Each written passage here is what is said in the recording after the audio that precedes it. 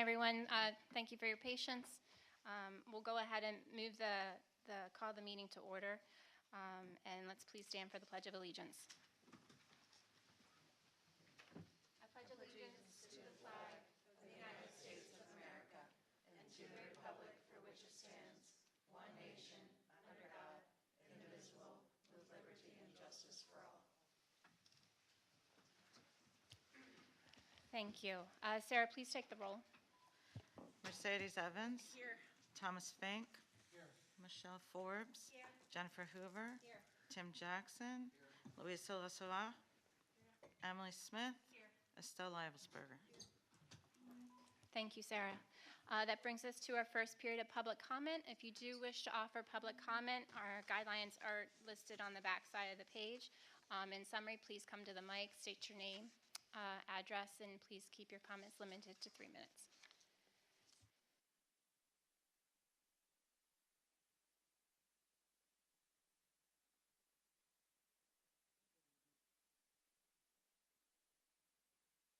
There we go. Hi, guys. Good evening, everyone. Sherry Bowman, 498 North 25th Street. Just coming out tonight with some thanks for folks. We had this MLK volunteer fair on February 20th. I think the last time we had snow. From 10 a.m. till 1 p.m. at the high school cafeteria. So we had about 31 organizations showing up for that event, which was great. We said we would do the event if we could get 30 organizations, so we got that goal. We had 97 folks in attendance, even though it was snowy and the weather wasn't that great, so that was pretty close to our goal. We were trying to get to 100, so that was wonderful. And then, based on some feedback that I had received and kind of averaging, I figure that at least 150 new connections were made during that volunteer event. So I just want to say a few thank yous for everyone who tried to help and bring this all together.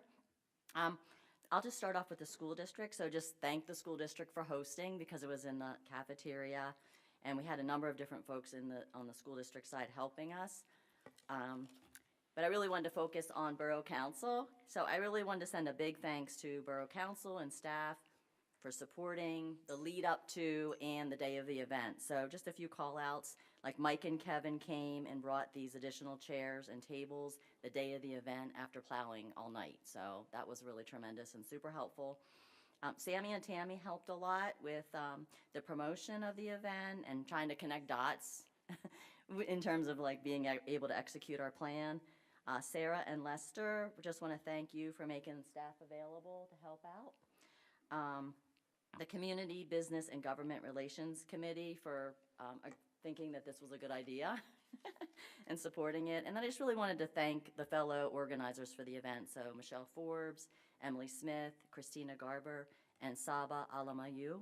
And these folks were all on the steering committee to try to put that together. So just a big thanks. And you know what? We need to celebrate more when things happen. So I was like, I'm going to say thank you to everybody. So thank you.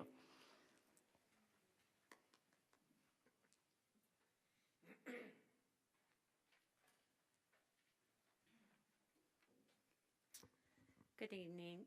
I'm Melanie Gergello, and I'm here tonight to represent the school district as board president. On Monday night at the school board meeting, we heard from several concerned parents regarding a real safety issue regarding student drop-off and pickup at Hoover Elementary, which serves our youngest students.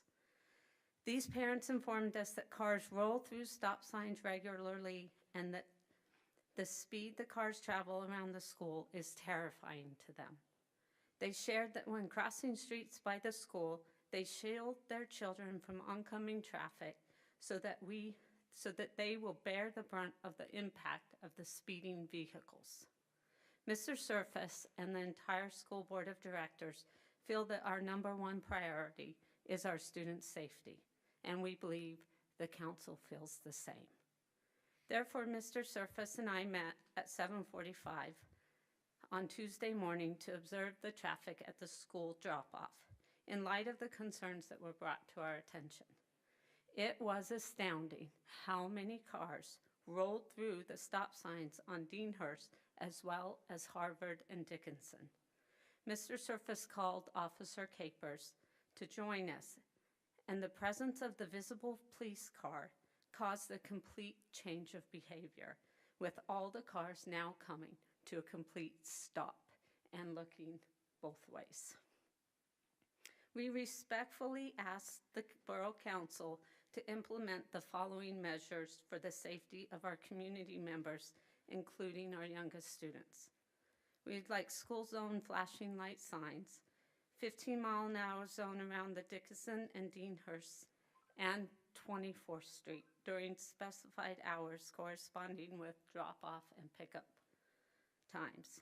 Painted crosswalks at Deanhurst and Dickinson, both sides, and across Dickinson, and at the intersection of 24th and Dickinson, similar to the ones that are painted at Market and 24th Street. Mr. Surface and the board greatly appreciates the community members who shared their concerns with us regarding their significant safety issues. Please let us know how the district can help to expedite these safety measures. These concerns were also discussed in an email that Mr. Surface sent to Chief Magnuson and Mr. Jackson, and we thank Mr. Jackson for his acknowledgement. Finally, feel free to reach out to me or Mr. Surface, as we're happy to meet you on Deanhurst to walk through our safety concerns on site. Thank you.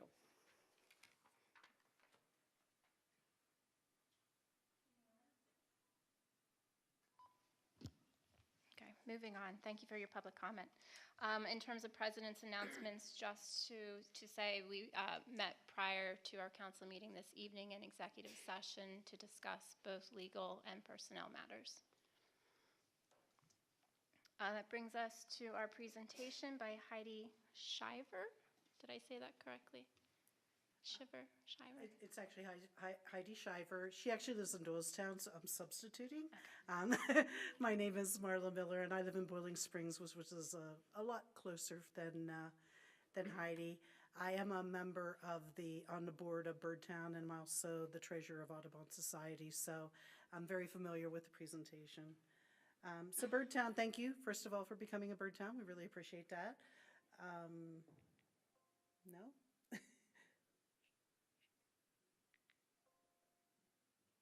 You could just click, yeah, I was gonna say.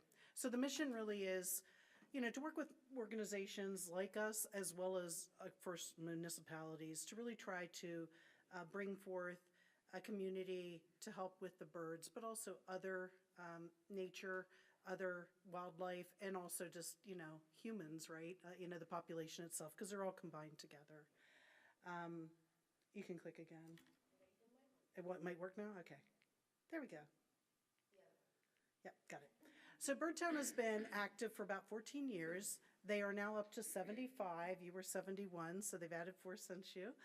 The last one was State College Borough, which was added about 2 weeks ago.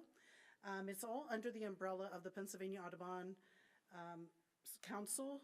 NA coordinate a lot with We Can Serve PA and some of the other organizations, including Bird City Network. But the Audubon Society is kind of our umbrella, and we are a 501c3 because we fall under them. These are the current 75 bird towns, as you can see in all the different counties, and we'll talk about those a little bit more in our current Cumberland County. The PAAC members have 20 Audubon chapters below them, and they kind of represent them as far as any kind of looking for funding, also just helping to advocate on behalf of the different chapters. So the new bird towns in Cumberland County, and all of these were added last year, are the 5 that are up there: Camp Hill, Carlisle, Mechanicsburg, Upper Allen, and South Middleton. Silver Springs, I know, is submitting their paperwork, and we also, Monroe is looking at it, and some others that we've gone to, Lower Allen.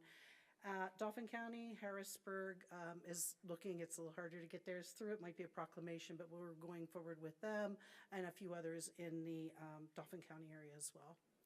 So our chapter, Audubon, encompasses Cumberland County, kind of all the way, a little past Carlisle, but not all the way to Shippensburg. We also have Dauphin, but not Hershey, but we do have Harrisburg and up. We have the northern part of York, like Dillsburg, Franklintown. We have a little bit in Lancaster with Elizabethtown. And then we have all of Perry County. So that's kind of our area. We have about 1,100 members that are National Audubon members that are then therefore part of our chapter. We do have meetings monthly from September through April, and anyone can join. It's actually near Cedar Cliff at a church located there. The next one coming up is it's a virtual one this month, but next month's will be on vernal pools, and then the next one will be on songbirds. We hold field trips as well. Everyone's welcome to join any of those at any time. So clearly the Birdtown Committee, but we welcome anyone within your organization to also come to those events. We also own Trout Run Preserve. It is a 21-acre spring on Stumptown Road in Upper Allen Township. It is very natural. When you go there, it's not the typical park. It is really for habitat and for the birds. So this is what we do. There are newsletters. We do have Young Birders Club. Birds and Coffee we hold all the time at Wildwood Lake on the second Saturday of the month during the bird count.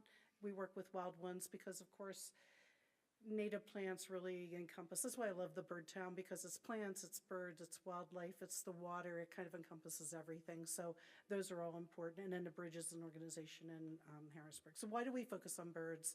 Birds eat, between 400 and 500 insects a year, which is a lot of insects that you don't have to worry about. They also, are canvas, the vultures, et cetera. They'll eat the dead carcasses, which is important to get rid of those types of things.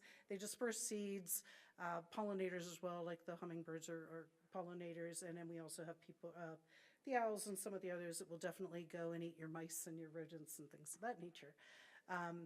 We also, to look at them, if I look at that picture, I smile because, they do bring joy to a lot of people. As you can see, the last point, birds are everywhere. There are 90+ million bird watchers in the U.S., and they spend $41 billion on birds. So it is a popular item.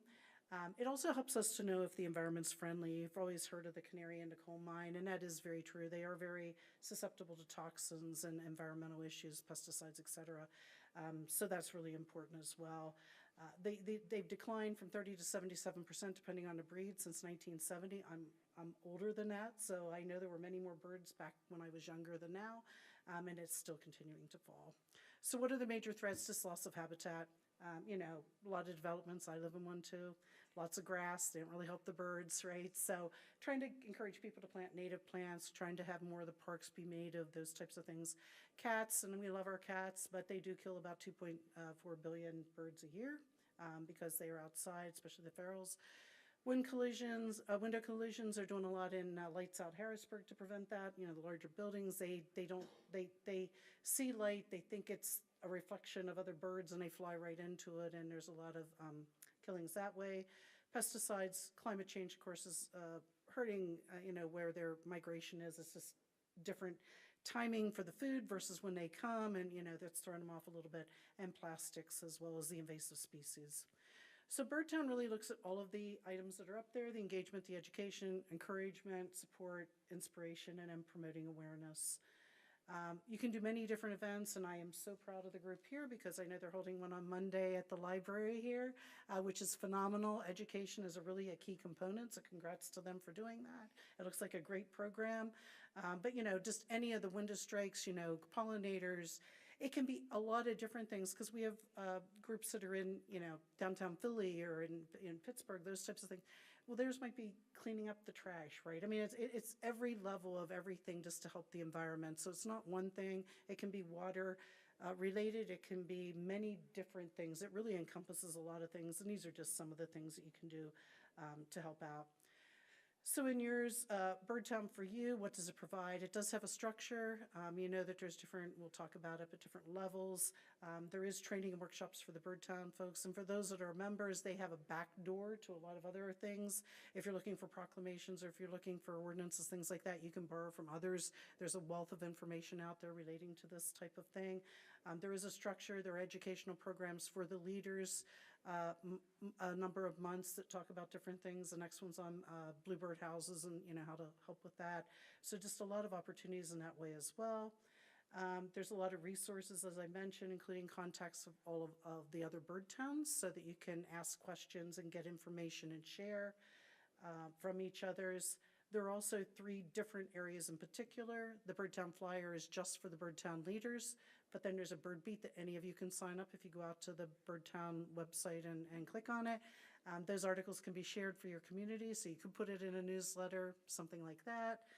And then there's a Facebook page for the members as well. So we are the Appalachian Audubon. There's a few others listed there that are clutches. What we mean by a clutch is we're going to try to have, now that we're all kind of on boards, at least some of us are, we're going to try to have events where we will get the community for our Audubon teams together and, have a bird walk or have someone come in and speak, something like that, and then just share ideas and learn from each other and help each other out. So if you're having an event and you do need more people, maybe others can come and participate and just be more of a community-minded in that manner, and Audubon will take the lead in doing those clutches. These are the 5 strategies that they use: municipal actions, school district, community, organization, collaboration, partnership, and advocacy. These are the levels. You start out as green, and then every year you have a point system, and it'll determine your level. This is just an example of the types of things. There's really 2 threads throughout: habitat and addressing threats to birds, and you get points based on. So if you do a bird walk, it might be 1 point. If you're putting in a riparian, it may take a couple years, you get 3 points each year. So maintaining your native garden might be 3 points, and you add up all the points for the tracking to see what level you are. And then the bird packet. I know Heidi had given some of you some of the information already. Tonight you've got the 2 signs. Hopefully you saw them back there, but these are 2 that you get to hang wherever is appropriate within your community. And then, there's sample press releases, things like that, if you ever need anything. Always, though, if you have questions, if you have concerns, and I was wrong, you're 72, I apologize. If you have questions, concerns, you need more information, contact me. You can write to the pabirdtown@gmail.com. You can contact Heidi Shiver. She is the president and phenomenal at doing all of these things, and she's everywhere. Audubon Society as well. So if you ever have any needs, any concerns, any questions, we're here to help and support and work together with you. So congratulations, and again, thank you so much for becoming a Bird Town. We appreciate it. Thank you very much for that presentation. Next, that brings us to our manager's report. Sarah? Good evening. Our Sustainability Committee speaker series concluded with the speaker from UGI a couple weeks ago. The other speakers in the series provided information on electric appliances, recycling, community choice aggregation, solar panels, and tax incentives for energy-efficient home improvements. So all the speaker presentations are available on the Sustainability Committee page on our website. I'm excited to announce that we have a new credit card system in the office. It's available for payments made at the borough office and at the police department. We've taken the first step toward allowing online payments with a portal for renewing compost facility passes. The moment that's the only thing you can renew online. There is a small fee for using your credit card, just like anywhere else, but the system is far exceeding anything we've found before. So residents who need new compost passes, that's really the biggest thing people come into the office for. Residents still need to come into the office if they need a new pass, but to renew, you can now do that online. And we're hoping that other online payment opportunities will be available moving forward after we have this trial period for the compost cards. Lester and I attended a countywide meeting last week on meeting MS4 requirements using funds from the Cumberland County Clean Water Grant Program. The program offers grants for implementing water quality projects, including tree plantings and bioswales, among other things. And this time of year, I always like to acknowledge my hiring anniversary, and next week I will be here 4 years. And I'm always like to say thank you so much to everyone for allowing me to serve this wonderful community. So, and that's all I have. Thank you, Sarah. We are fortunate to have you.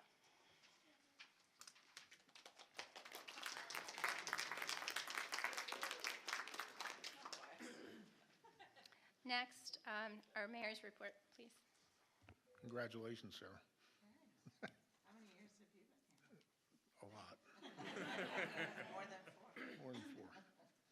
All right, the police report, police department report is in your packet. Just highlight, in the month of January, the police officers ran 700 calls for service. We're going to provide a revamped report next month. It's going to include some significant events or whatnot for everybody. Fire department, January, we ran 44 calls. We spent 63 hours on those calls. We're in the process of our annual recertifications on our breathing apparatus, bloodborne pathogens, and recertification on CPR and AED, which is annual research. And that is my report. Thank you. Next, our engineer's report, please. Good evening, everyone. To run through Mike's report, going to start with the sanitary sewer lining contract. So quotes were received through the CoStars program on January 17th. The lowest quote that came in was from Utility Services Group. However, through some extra conversations with them, it was determined that their quote did not include the grouting of sanitary lateral connections. So it was determined that adding that into their quote would increase it by approximately $121,000. So moving down the line, then the second lowest quote was from Mr. Rehab, and that price before you this evening does include that cost. Mr. Rehab is a great contractor, HRG. We've worked with them around the area plenty of times, and they are certainly qualified to do this work. So for this evening, it would be our recommendation to award this job to Mr. Rehab in the amount of $369,147.28. Some drainage projects, first being the Creek Road Drainage Project, a Susquehanna River Basin Commission consumptive use mitigation grant application was submitted on January 31st, and that included a new storm sewer system as well as a stormwater BMP there around the very tight turn on Creek Road. The total cost of that project is estimated at $323,000, with $258,400 coming from the grant request, with a $64,600 borough match. For the Braemar Culvert, we are currently working with Sarah to submit a letter of interest for that by Friday for the PEMA/FEMA flood mitigation program under their technical assistance category. It's very much a multi-step process, so this is the very first step in the application to fund what would be an analysis of potential remedies for flooding within the Braemar Culvert area, and the completion of that study that we are hoping to fund would be a prerequisite to any additional FEMA funding for any construction improvements. Final item before you this evening is our proposal for the 2025 curb ramp improvement contract.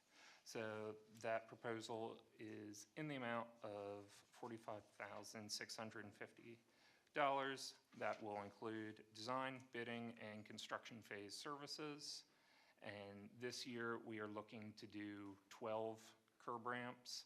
Those would be at High Street and 19th Street, Walnut Street and 17th Street, and then Walnut Street and 19th Street. Each of those ramps are going to be bid as a separate bid alternate, just seeing how different prices come back and ultimately what makes the most sense with those designs.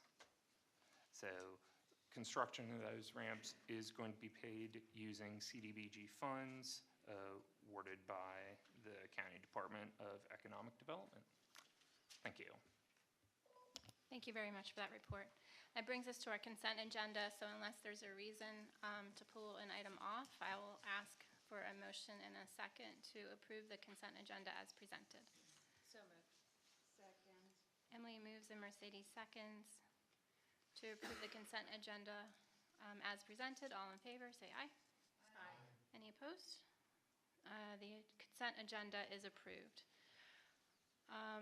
Moving on to our reports of committees. Tim, we'll begin with public safety. Thank you. This last month, the Public Safety Committee met on a number of issues. The borough remains committed around the safety for Country Club Hills, and to that effect, there are a few things happening in terms of studies that the borough is working on in conjunction with East Pennsboro in order to effect some traffic calming measures.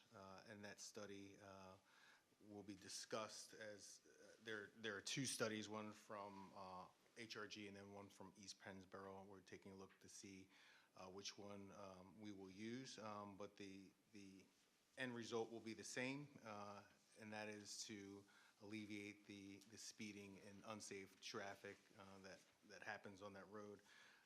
As soon as the weather does break, the borough is looking to paint the lines for this area in order to create a visual sort of barrier for vehicles to observe, to hopefully slow those speeds as well. So there's a few things that are happening in addition to the items that have taken place in the previous months with traffic control measures affected by the department.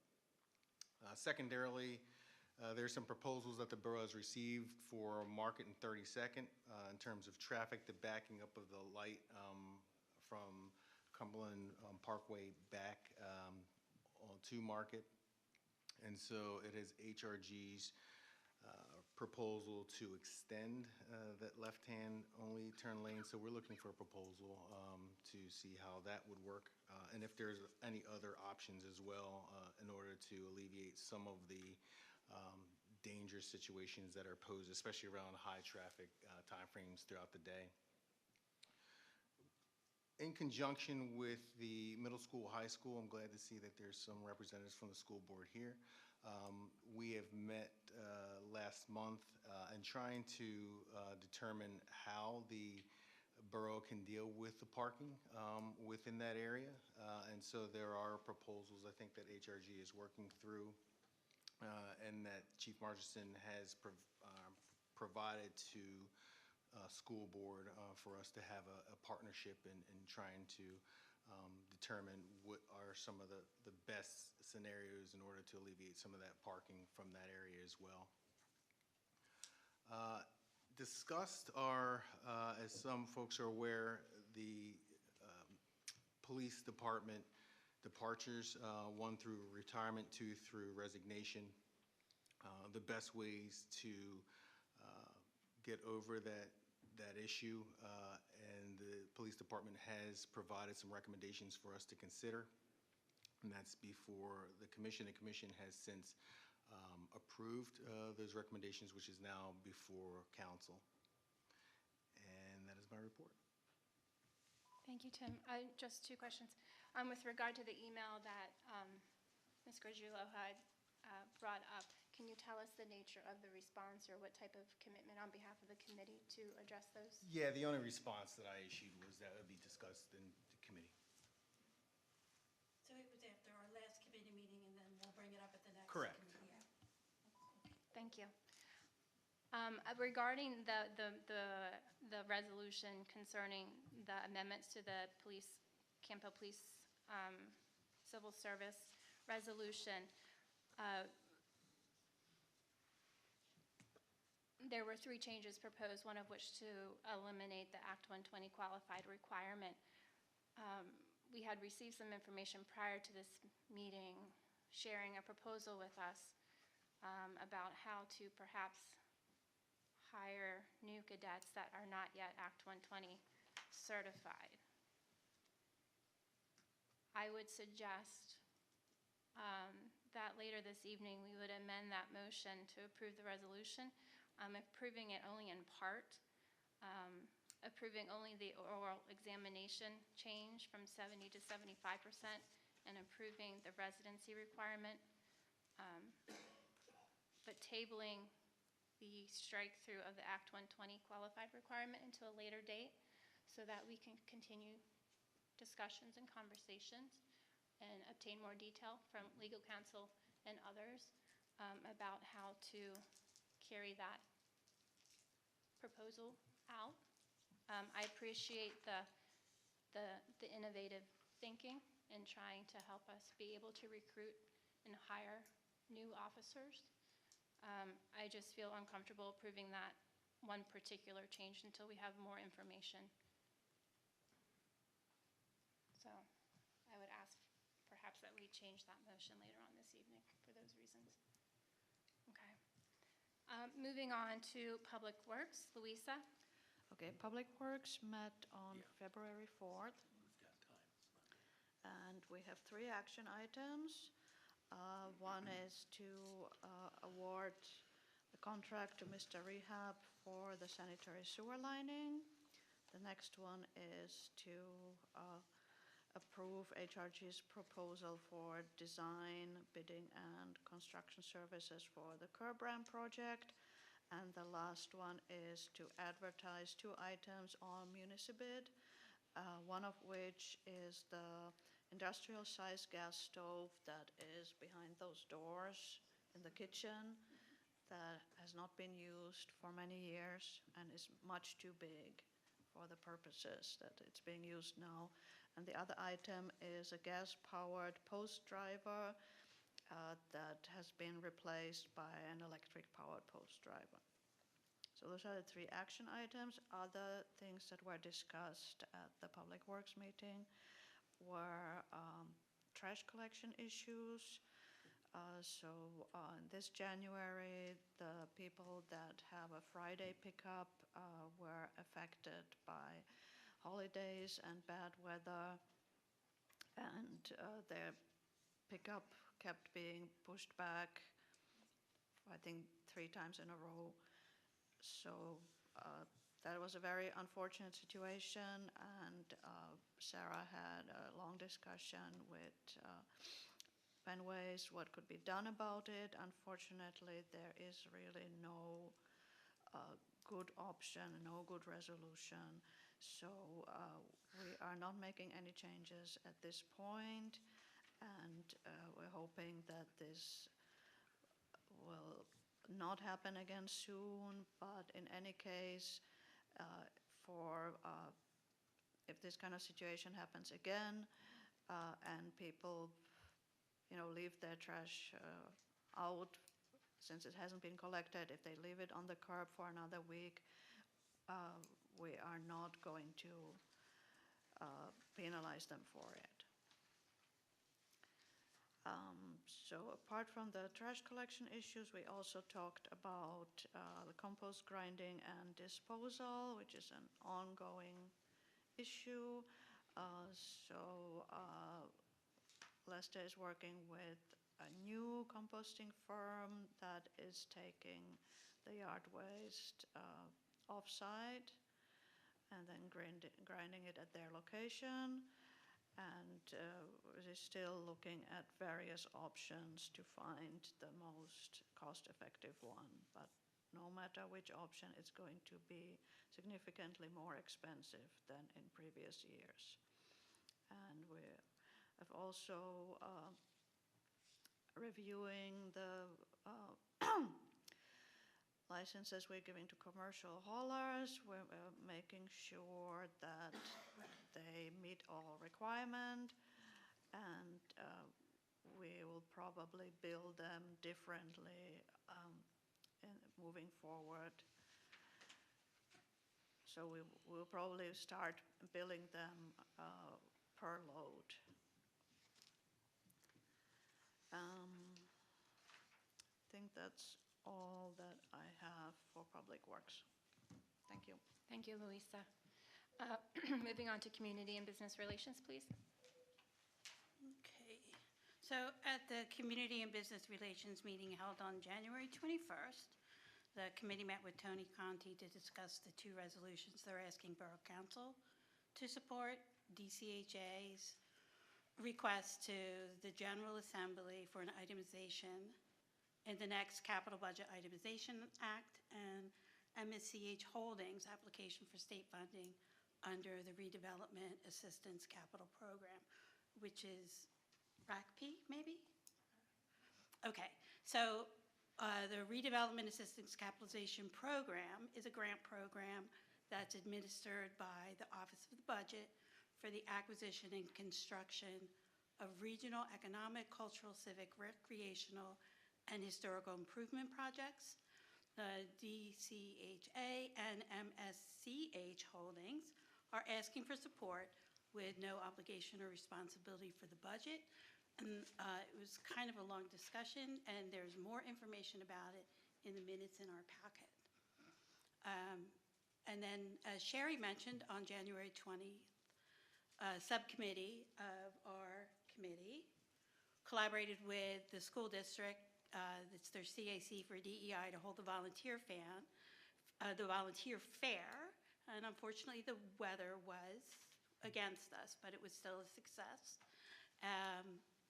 We have plans to continue to work with the school district for our community. I think that we could get a lot of good things done if we all collaborate together.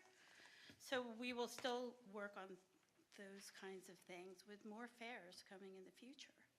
And then I just wanted to mention that Ms. Gibson met with State Department of Community and Economic Development outreach team to talk about a comprehensive plan grant funding. So we're looking forward to updating our comprehensive plan as soon as we are able. Our next meeting is this Tuesday, February 18th at 4 p.m. if anybody wants to attend. That's my report. Thank you, Michelle. Moving on to Parks and Recreation, Emily? Thanks. At our last meeting, we discussed camps coming up and camp registration and pool registration. March 3rd is the day. So if you are trying to register your family, your children, whomever, for any of those things, it's March 3rd, unless you're not a resident, and then it's March 4th. We do have a new camp coming this year called CSI, How STEM is Used to Solve Crimes. We're very excited about this new camp. There's going to be 2 different groups if we get enough participants. There's going to be a 5th through 7th grade and then an 8th through 10th grade. So we're looking forward to it because it's going to try to fill a gap with some of the older kids to have something cool to do. So sign people up for that. I'm very excited to see how it goes. We have a couple things on the agenda this evening. The first one, we got a request for a memorial tree and bench to be planted in memory of Tanya Wren. So our committee is recommending that, and then Audrey would work with the Shade Tree Commission to figure out where the best place is for those things. The second is a request for a sign to advertise the Canadensis Spaghetti Dinner, and that sign would be at Willow Park. We do that every year. We put the sign out for them, and I hope you all go and get the spaghetti dinner, because we got to keep Canadensis going forever. And then our final request is from the Aquatics Club for their home swim meets and to advertise the swim team in the park. Every year, this is the Aquatics Club comes to us and they tell us after they get their schedule what days they need to have the pool for their swim meets, and then we have to approve them if we want them to continue having their swim meets at our pool. So we recommend approval on that as well. That concludes my report. Thank you, Emily. Moving on to Planning and Zoning, Tom? Yes, you'll note in your packet that Colton has provided a monthly report on code enforcement. It was a busy month for him compared to December. He responded to 124 calls and complaints, made 529 calls, did 25 residential unit inspections, and issued 36 building, zoning, dumpster, sign, stormwater, and shade tree permits. Rental inspections have now begun, and that was commented on. He did 25 inspections consistent with the new rental inspection ordinance. He also had to issue 14 notices for unshoveled sidewalks, which he didn't do until 2 days after the snow event. The Planning and Zoning Committee met January 17th, 2025. We took one final look at the special events ordinance, which now has been distributed to council for review and for which we're now recommending approval to council for advertisement. During the past month, we did have a comment that we received from council asking questions about alleyways and how that fit into the ordinance. We sought legal advice, and it was clarified that the wording did cover the alleyway issues. So I think everyone was comfortable with that. The committee discussed an issue concerning sump pumps, which are set up to return rainwater into the sewer system. And it turns out that that's a problem when there are huge downpours. It overwhelms the system. It exceeds the agreed upon volume of sewer material that we pump to Hamden Township. The possibility of creating an ordinance that would involve inspection of sump pumps upon the sale of a property was discussed as a possible way to begin to deal with this problem. And it was noted that altering a sump pump to pump onto the surrounding ground versus into the sewer system is a relatively simple and inexpensive action that would not put an undue financial burden on a resident. We hope to meet briefly with Lester at our next meeting to look at a sample ordinance that he's been able to provide. So we'll be looking at that over the next several months. The committee also discussed inconsistencies and gaps in the assignment and use of handicap parking signage. The committee will be looking at revisions to the handicap sign ordinance to update it and fix current issues, clarifying the process of obtaining and maintaining a handicap sign. Right now it's kind of scattered. We also had an update from our code officer about his progress in applying the new rental inspection ordinance. Things are underway, as I mentioned, and seem to be going well. He's begun to inspect properties that are frequently late in registration, as well as properties in new paving areas. And the committee also agreed that sidewalk permit fees in paving areas should be waived, as we've done in the past. The next meeting of the Planning and Zoning Committee is next week, Wednesday, at 8:15, and people are certainly invited to attend. And that's my report. Thank you. Thank you very much. Next, Administration and Finance, Mercedes. All right, I have several items for your consideration. One of them is to consider a resolution setting the compensation of the tax collector effective January 1st, 2026. So the proposal is to do 1%, for that the salary to be 1% of total collections. So that's approximately $27,000. Currently, our tax collector makes about $11,000, which is grossly under what other municipalities were paying. So she brought that to our attention. Our finance director gathered data from other municipalities on what they pay their tax collectors, and the systems were all over the place. Some of them pay like a base salary and then $1 per bill. So it was all, we just decided that 1% was fair, and it would be consistent, for the next few years. Are there any questions about this particular item? Sure. Do you know when the last increase was? Is it? It was when, I'm sorry. Go ahead. It was when Diane, before Diane left that So it was a position, while. she had Yeah, asked for a it's been a small long time. increase for Amy. And for the volume, 11,000 is really low for the amount of hours that our current tax collector is working. I didn't think it had been raised for a while. It hasn't, yeah. Okay.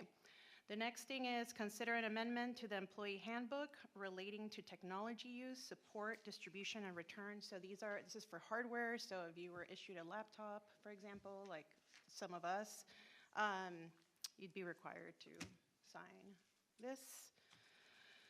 Questions? Nope? Okay.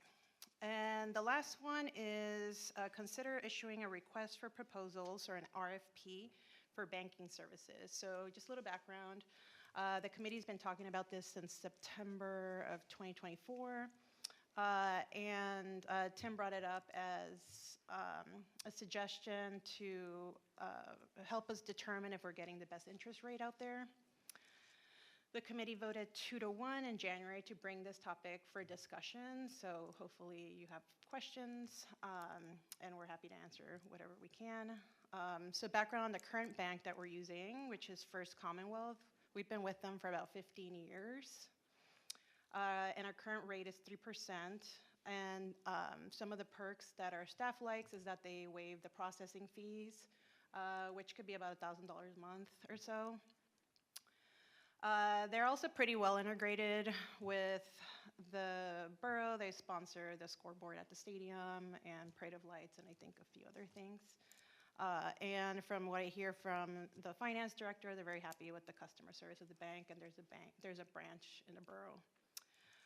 So I voted to bring this to discussion because it has been 15 years at least. So we've been with them 15 years, but I don't know how long it's been since an RFP was done.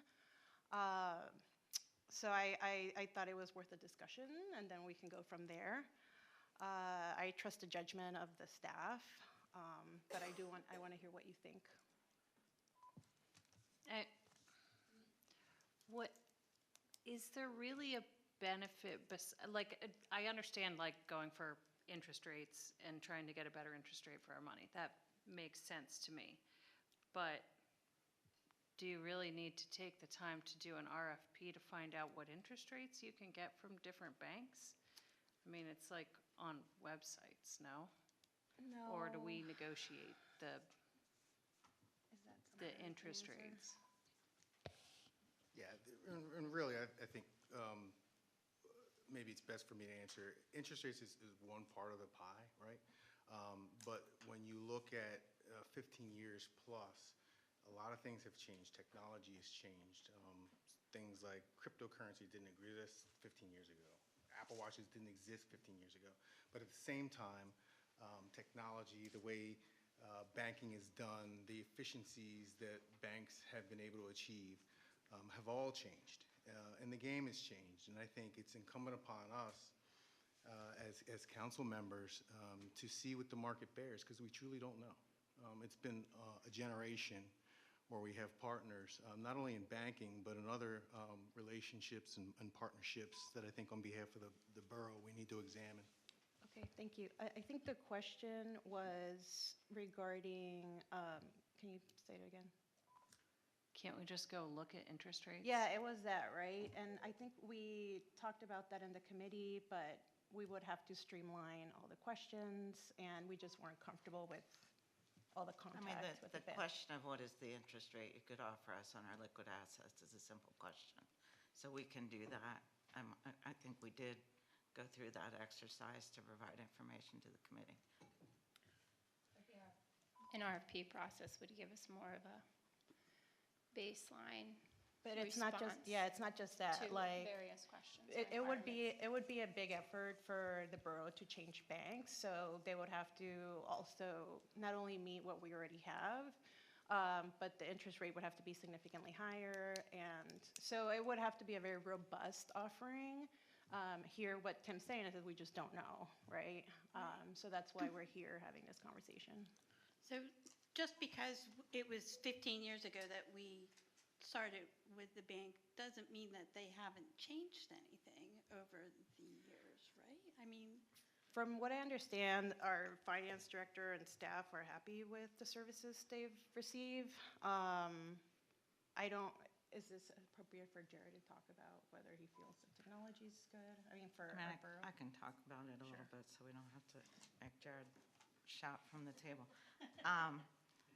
I mean, the main thing that has changed since I've been here is the check scanning system, which they did provide us at no cost. We use that constantly for remote deposits. They waive our monthly fees for ACH services, remote deposit fraud protection and positive pay, as well as wire transfer.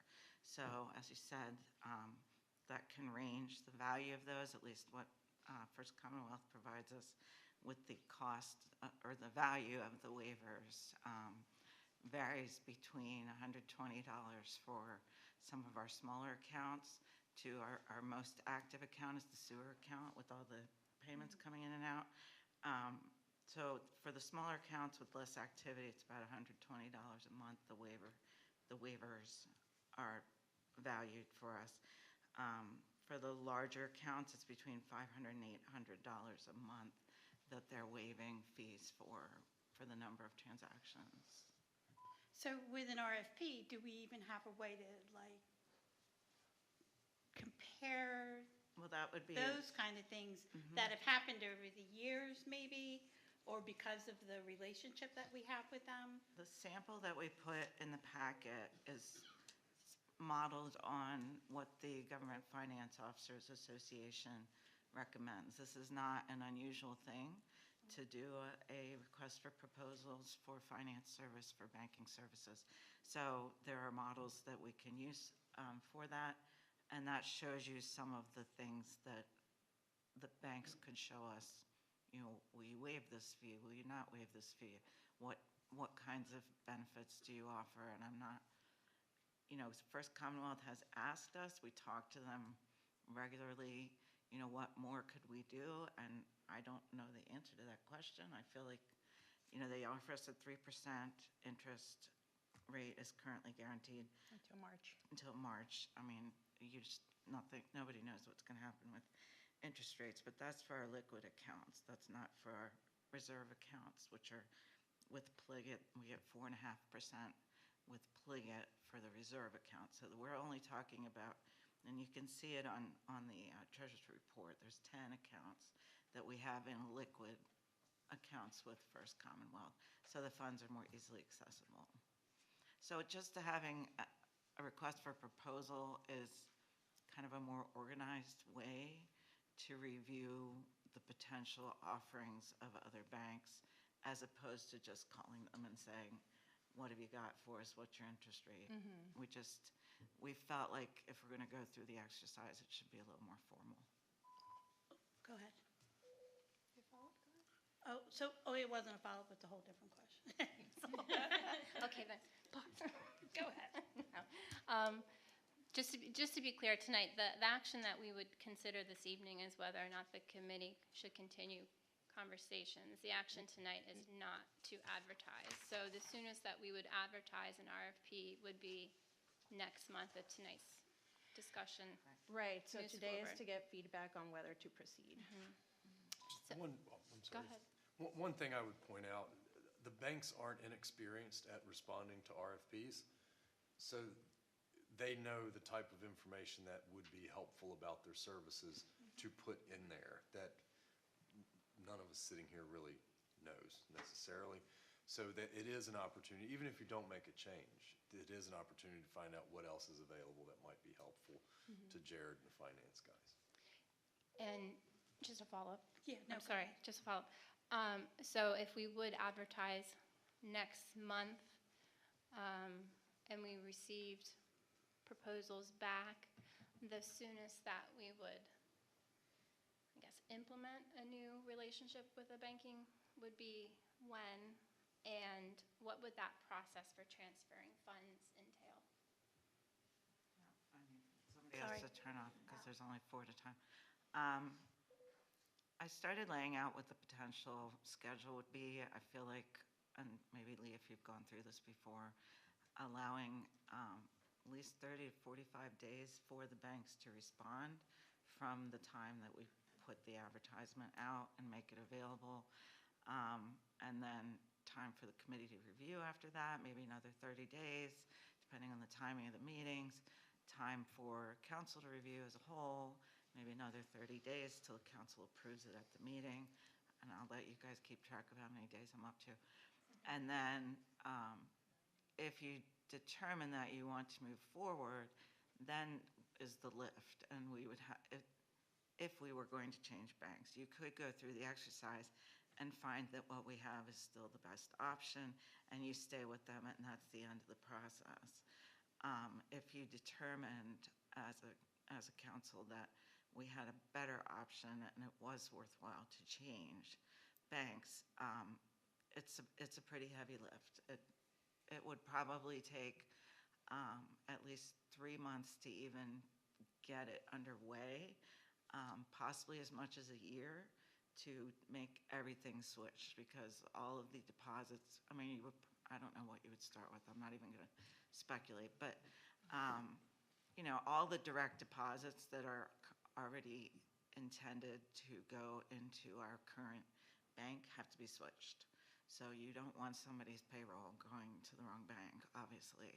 You also don't want state payments coming to the wrong bank, and there's no account there, and how do you get it back? The state then gets rejected because we have no account at that bank where they're already scheduled to.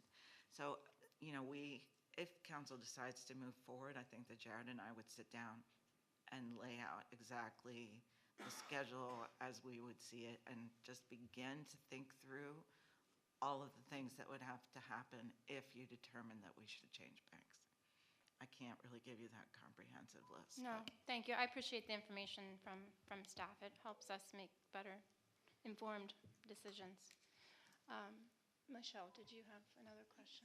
Well, and just even with the RFP process, I'm sorry, did you say me or Louisa? I said you got into it. Do you want to, go ahead.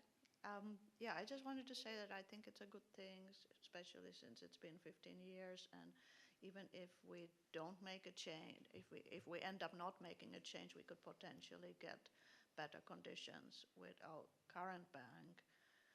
And I understand it's also about just little things like customer service, like not having to go to them to deposit our money. Other banks come to us to pick up deposits, things like that. Yeah. So what would you guys have to do to prepare the RFP? Do you just get one that you feel comfortable with? How much work is that? So there's a draft here already in the packet. So we'd probably just go over it the next meeting or so to make sure that it has everything that we want in there. Before. Legal hasn't reviewed it Yeah, yet. yeah. Right. We could have it ready for the next administration. Okay. And then they have like, say, 30 days or 45 days Yeah, to 30 get to 45, yeah. to back to us, right? Do you have to take certain ones like you do with bidding? You know what I mean? You could go like, yeah, well, this interest rate is okay, but I don't like your services, or how much control do we have over who we would choose? Well, this is professional services, so it's not the same as bidding for construction or bidding for an item. Professional services, you can weigh the proposals on various, by various metrics, so you don't have to Pick the pick the cheapest one. I mean, because you're going to have a wide range of options. This may be better on this one, this may be better on that one. And that gives you the opportunity to really consider how you weigh each component of the proposal. Oh, I'm sorry, which brings me to my hopefully last question. That's fine. Is that then who makes the decision on which bank would be better? Is it Jared, or you and Jared, or council? No, it or would be council, obviously. Yeah, I but would- the committee would probably, I we think would that- talk You it would over. recommend, like you Yeah. would discuss with them? We would probably handle it the way our engineer handles, and it's not the same because they end up having to take the lowest bid, but we would probably have a spreadsheet that would show, here's what the interest rate of each bank was, here's what the waiver of fees was for each bank, and for all the banks that submitted proposals, and then we would take that to present to the committee, administration and finance, then they could bring their recommendations to all of council, or, you could decide that you want all of council to look at all of the proposals, and that would be another way to handle it as well. It just depends how deep into the weeds the council wants to go. Yeah, this could really vary because somebody might give us an awesome rate, but it's only 6 months. guaranteed, right? Versus something a little bit more modest, but it's secured for a year or whatever time. So the way Sarah described it would be a good way to kind of make out what the best deal is. I appreciate you guys bringing it to council too for us to discuss. So that was going to be my question. Let's say we like Bank A because of this factor, we like Bank B because of that factor. Can we go back to the banks and say, can you revise your RFP, match that, or whatever they propose, that's final? I mean, I don't know what legal would say. I don't think that's really fair, unless you go back and ask every bank who provided a proposal. To make an adjustment. To make an adjustment, and say, we changed what we've expected from this aspect. Do you have anything to change about your proposal? I'd rather not do that. I'd rather have the RFP include everything we're looking for. You could have No, options maybe. I don't mean us revising our RFP. I mean, can we ask them to revise their proposal? I mean, No. We would have to ask I don't all want of to them. negotiate with banks. I don't think that's appropriate for me to do. I would leave it up to Lee as to whether it's appropriate for a municipality to do at all. I think the point is, if we're doing this for transparency purposes, then we need to be transparent and not be having side conversations with any entity that's, whether we were choosing professional services to do X, Y, Z, for bank, I really don't think, you put it out there, this is what we're looking for, everybody throw your hat in the ring and tell us what you got. And then not go back and forth with them unless there's something that's unclear, that they would need to clarify. But in terms of, can you sharpen your pencil on this particular thing? Because we like everything about you except this. Can you make this better? Well, that's not fair, Okay, in makes my sense. opinion. I don't think No, that's it's fair. not. Yes, Tom? So a comment, I don't think there's any problem in some initial inquiries to scope things out, but I have a good psychologist friend who uses the expression, is the juice worth the squeeze? So how much can we squeeze out of a new bank?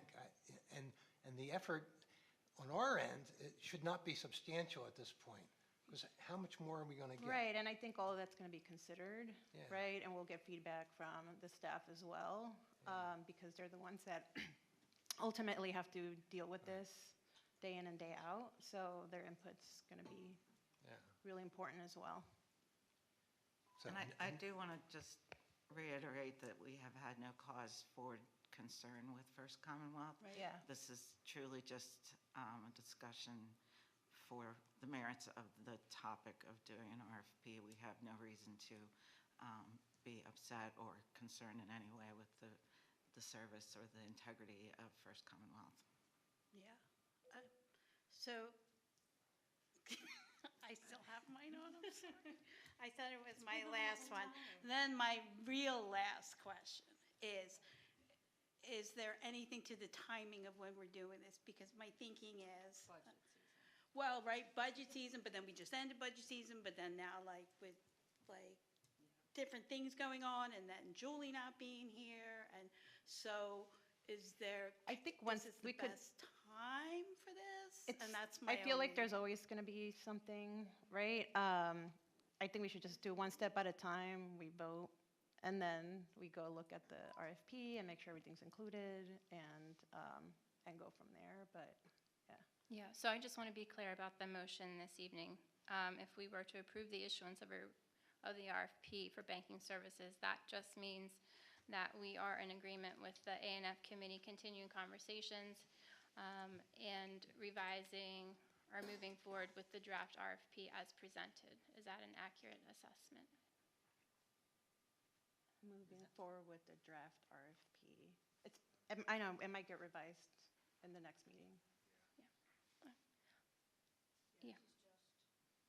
This is just to get an understanding of this is something that we even want to pursue. We don't want Sarah to continue working on this extensively if the council's not interested.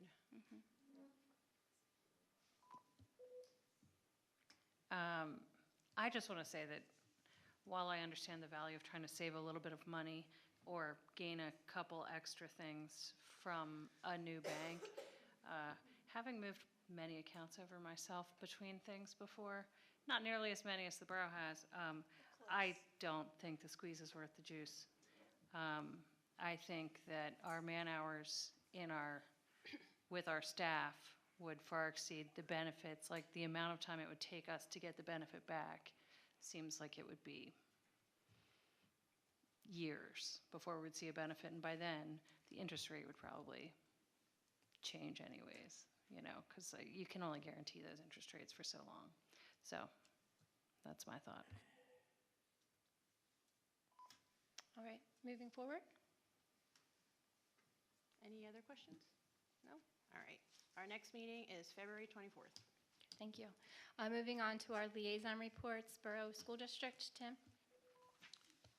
So the joint Borough Council and School District meeting was held on the 22nd of January at 7 o'clock in the district office. Discussed a number of topics, first of which is just receiving resident feedback that there is a need for more officers within the schools, safety resource officers, so there was some conversation around that. And I suspect there'll be continued conversation around that. No decisions or next steps were named at that time. Secondarily, there was just a call out that the English as a second language had a successful fall session, and there's another session to be scheduled in the spring. I don't have that date. I'm not sure if anyone else here does. Are you talking about Trinity? Yes, Trinity Lutheran, that's right. Starting March 12th. March 12th is the next session. Thank you, Louisa. Positions for the pool are now open and accepting applications for those who are interested. Also, there is a discussion around the potential hosting of Special Olympics in May of 2025. There's an opportunity to host adults, about 100 from what I recall. And the district is working through the feasibility of wheelchair use on the track and what that may mean. And lastly, and not least importantly, is we had an appreciation for Estelle joining us here up as their student representative. So we thank you for your time and your dedication. Thank you. That's my report. Thank you very much. And turning it over to Estelle, she will provide us with a junior council member report. There hasn't been too much happening with the school right now. With that being said, it is course selection season, so there are a couple new courses in the school. We have CP Cinematic Storytelling, and then Honors Physics is now going to be called AP Physics 1, so it's an algebra-based physics course. And then there's also AP Physics Calculus Base, which is going to be available next year, and that is going to take place of CP Robotics and CP Computer Science. And then for sports, the bocce ball team started this winter, which is exciting. For swimming, majority of the Camp Hill students filled the relay team on the Trinity Co-op swimming team, and they won 5th place at Mid-Penns. Wrestling, the girls' postseason begins on Friday, and the boys begins on Saturday, and I'm pretty sure that takes place at Susquehanna. For the girls' basketball, they're currently standing at 7 and 15, and the boys is at 5 and 15. And I'm pretty sure the seasons are just about over for those two. For events, there are a couple mini-thon events coming up. Tomorrow there's a faculty mini-thon basketball game, and that's at 6 p.m. at the high school gym. And the man pageant was supposed to take place last Saturday, but because of weather conditions, it was postponed, and it's now on February 21st at 5:45 p.m. And the doors will open at 5:15 p.m. And we used up our last no school snow day, so now any times we can't go in school, it'll be an FID online learning day. And finally, the ski club went on their Vermont ski trip, and on the way home, the bus broke down, but everybody made it home safe, so that's good. And then that's all. Thank you very much. Moving on to our Stormwater Authority report.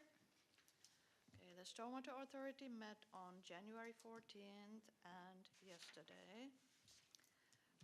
Items discussed were the Creek Road project.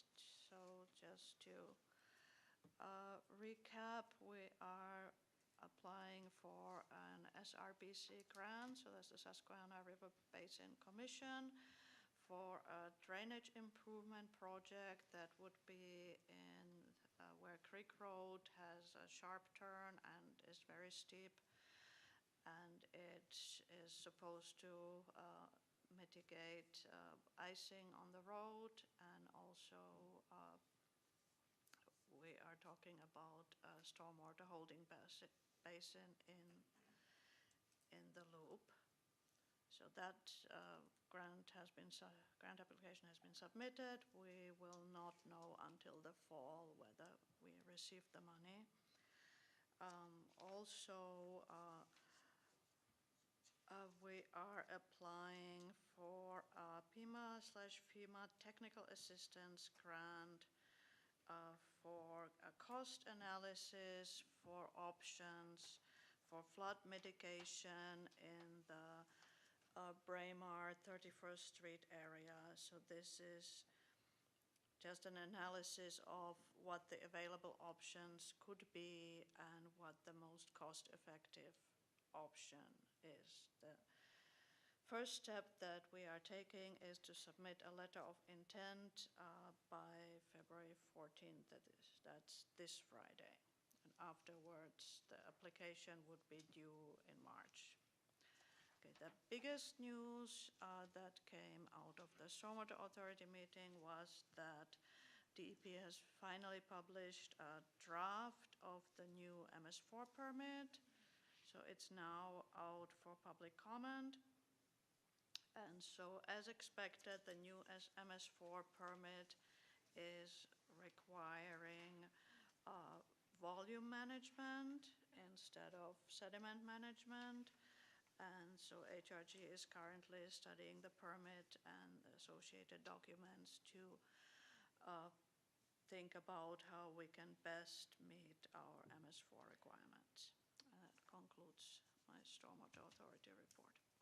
Thank you very much, Louisa. Moving on to sustainability.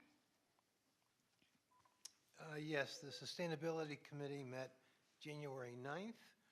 Of course, the group continues to work on the implementation of the borough's climate action plan. We didn't have a quorum, but we had some very good discussions anyway about current projects and efforts. We looked at, as this group does, ways to measure success, and the idea of obtaining energy usage information from UGI and PPL was discussed, so we can chart over time how much energy is being used, if there are decreases or increases. You mean just for the borough or? For the borough. For residents? For the borough, my understanding of. As previously noted, I want to again plug the CHOOSE project, Camp Hill Use Simulator, which can be obtained, can be found online on our website. And it gives you a way to look at your property and to determine if there's ways you can save money by initiating energy-saving actions. Concerning sustainability PA, Ms. Gibson reported that the borough's application has been submitted, and we're looking at the possibility of hiring a new staff person who could lead community outreach efforts that would include businesses and commercial properties, which would be really a good thing to do, to pull them into this effort. Bonnie Bentz briefly reported on her involvement in the Solar United Neighbors, SUN project, a nonprofit vendor-neutral program that we've discussed in the past, in which a group of 60 to 100 people could pull together in order to go solar and save money in the process. The Sun Group is also promoting electric vehicle charging equipment, and I'm sure we'll hear more and we'll talk more about that in the future. And finally, we discussed the upcoming, which Sarah had mentioned, the UGI presentation, which was decently attended. It wasn't great attendance, but it was decent, maybe a little more than the prior one. Another dynamic presentation about how to save money and how to pull in resources from, in this case, UGI. Things like, well, getting an energy audit in which they would look at ways you could save money with insulation and smart thermostats, et cetera. And the group will continue to look at other possible presentations we could get around the reuse, recycle, and re-energize theme. And we'll have more to say that in the future. The next meeting of the committee is tomorrow at noon, and anybody who's interested can attend. Thank you. Thank you, Tom. Moving on to the Downtown Camp Hill Association, please. I don't know if the Downtown Camp Hill Association met before our last meeting or not, but they haven't met this month because they're anxiously awaiting a new downtown coordinator. So, no report. Thank you very much. Moving on to the Frederickson Library Board, please. So mine goes Frederickson and then Capcog, and then I know Birdtown should be there. Can I switch and just say that Capcog didn't meet? Yes. You may do them in whatever order. Okay, so Capcog didn't meet, so I have nothing to report. They're back to their, like, they're still doing that every other month. But Frederickson Library, and I meant to bring my book. I don't know if you guys saw, but they're having blind date with a book. Can you guys see this? Where all the books are wrapped, and on top it has like a little synopsis about the book. And then you decide which one looks like a good match for you for Valentine's Day. And you check it out, but you still don't know what your book is till you get them home, and then you decide whether or not you're a good match. You can review it, like you go to the market and you review the book, and then you can be in the running to get to be eligible to win a prize package. And you can also take a picture and put it on social media and tag the library and get another entry in. So next month I will let everyone know how my date with the book went. I haven't opened it, no, because I was going to bring it in, and I'm like, here's my new date. Okay. You have to wait until Valentine's Day, right? Do I have to? No, I can't. I will. I'll wait. I'll wait. I'll behave. Okay. On to Birdtown. So, because we haven't talked about Birdtown enough, as you guys know, we are officially a Birdtown, and the committee has taken off flying. Okay. Birdtown has a display in Frederickson Library for the month of February, which everyone should also go see. Some of our very creative committee members did the display. And on Monday, the event is called For the Love of Birds, with our own Liz Riley and Maggie Lloyd having story time and activities at 11 a.m. for children. There's going to be a book, and I guess that's what story time means. 11:30 a.m. The library has it as 11. And then at 1 o'clock, there is an event for adults called Learning to Attract, Identify, and Appreciate the Birds Around Us. At 11:30, see, now they have 11:30 as the bird count. But this weekend is the Great American Bird Count, which I know everybody already knows about. But hopefully everyone will, right?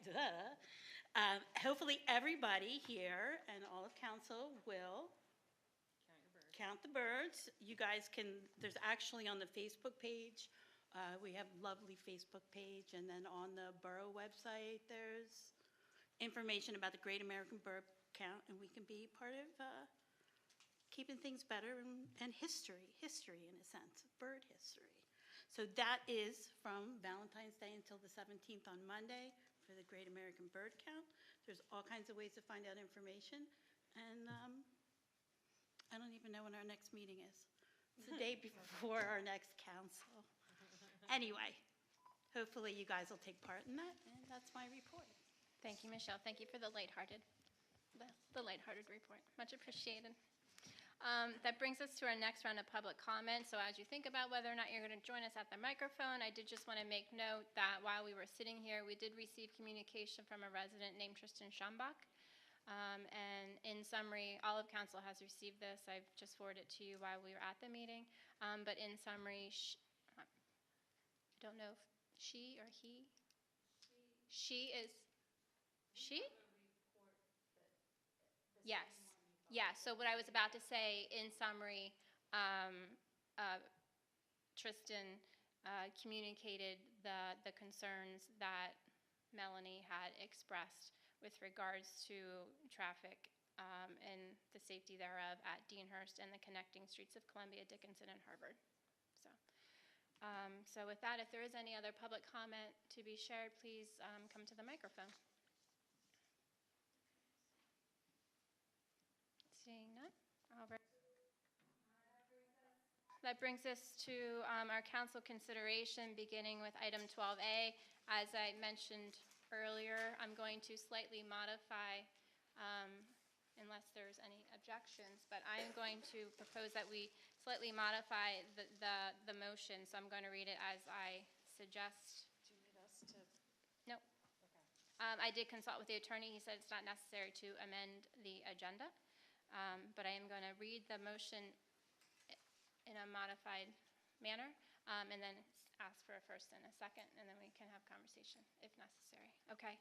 So I would ask that there's a motion and a second to approve Resolution 2025-02, approving amendments to the rules and regulations specific to oral examination, passing grades, and residence requirement of the Borough of Camp Hill Police Civil Service Commission. What are you amending? The resolution, as I suggested earlier, that the resolution would only alter the changes that were suggested in our packet specific to the oral examination. That's changing it from 70 to 75%, as well as the same on the passing grades and test scoring. And then making the change with respect to residency. Okay, so you don't want to change the Act 120? Not at this time. Okay, so for those of us who would want to pass it with the Act 120 change, how do we vote? It's not an option. Well, it can be an option. We can read it as it is presented. If there's a motion and a second, then we can vote. And however that motion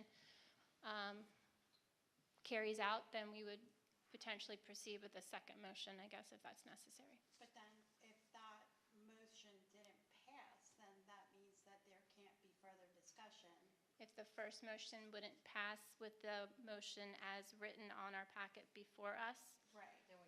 then we would make a second motion, such as the one that I suggested. No, what I'm saying is that if we were voting on Act 120, and someone goes, well, we had a motion and a second to vote on that. Then you would either vote yay in favor of the motion as presented or no. Which would mean that? Which would mean then we could call for a second motion. Okay. On it, reading a new motion, asking for a first and a second. So we're first voting on it as is? If that is council's preference. If there's a motion and a second. Yeah. Okay, so I can move to vote. Okay, so I will move to vote on it as is with all three elements. Yeah, so let's back up a little bit then. So I'll just ask, is there a motion and a second to approve Resolution 2025-02, approving amendments to the rules and regulations of the Borough of Camp Hill Police Civil Service Commission? That is the resolution as entailed in the packet. Okay, So Louisa moves. Is there a second? Second. Tim seconds. Any further discussion? I'm going to call for a voice vote because I think there will be some, differences. So I'll start with down to my left. Louisa, yay or nay? Yay. Tim? Tom? Yay. Michelle? Nay. Emily? Nay. I'm a nay. Mercedes? So the motion fails by a vote of 3 to 4. So turning to an alternative, I would suggest and seek a motion and a second to approve Resolution 2025-02, approving amendments to the rules and regulations specific only to oral examination, passing grades and test scoring, and residence requirement. Second. Mercedes moves to pass the amendment as revised. Emily seconds. Is there any discussion? Hearing none, I'll call for a voice vote also. I'll start on my right this time. Mercedes? Jennifer, I'm a yay. Yay, A. Emily? Yay. Michelle? Yay. Tom?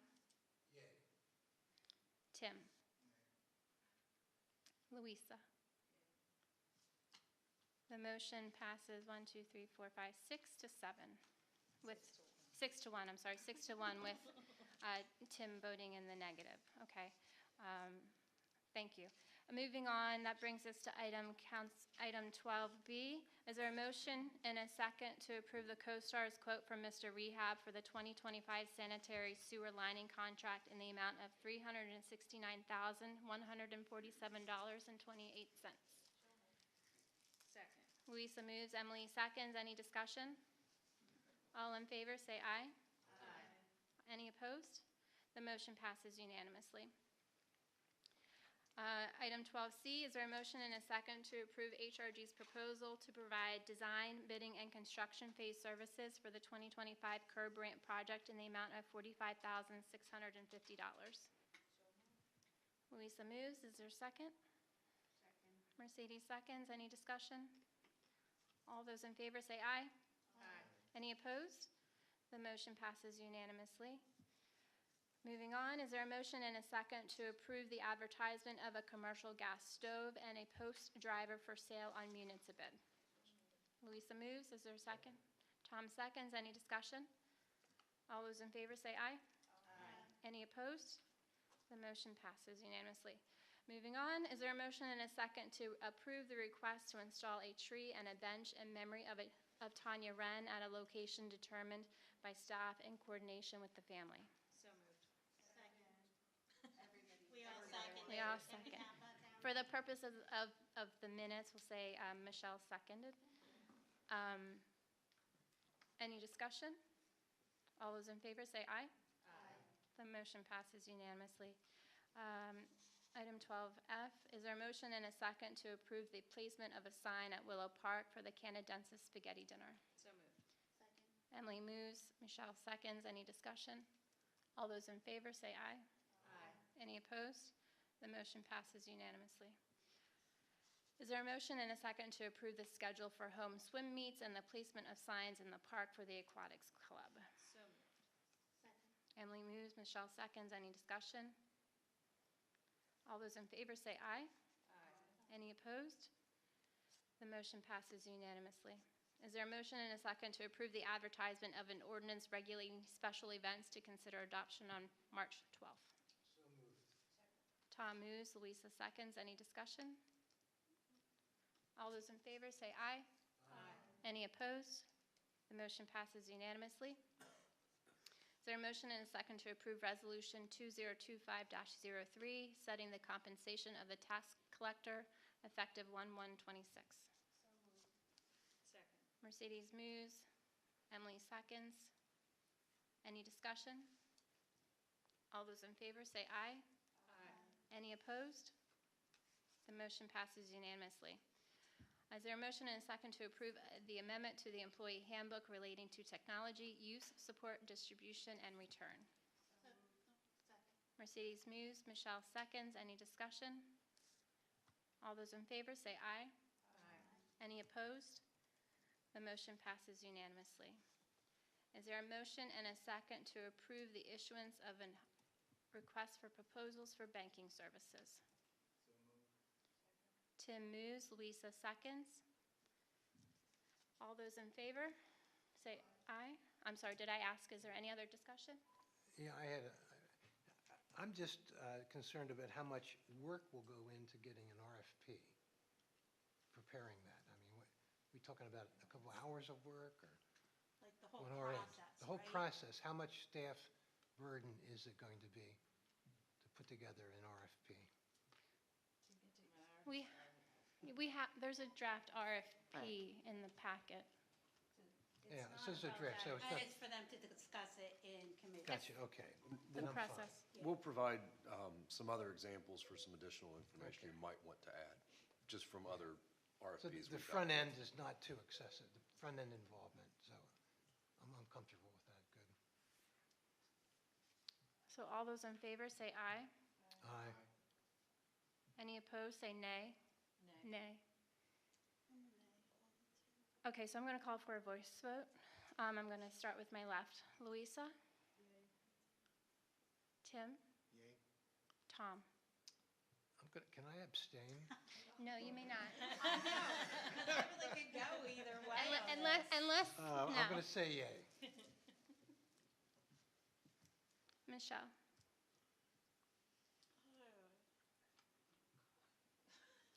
I would ask everyone to vote as you voted, as your voice vote.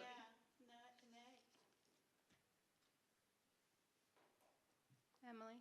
Nay. I'm a nay. The motion passes 4-3. Thank you. Is there any final public comment?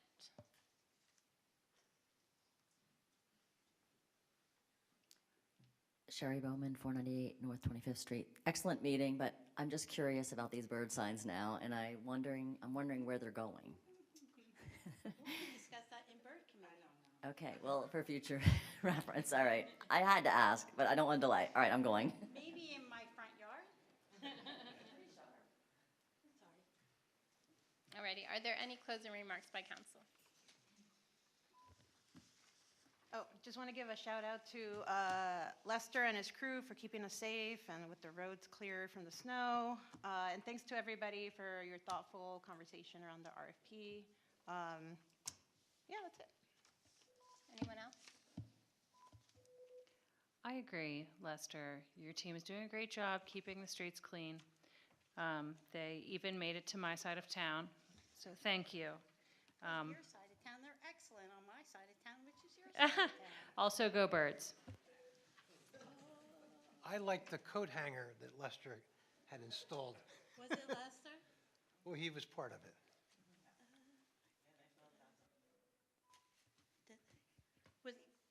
Oh, okay.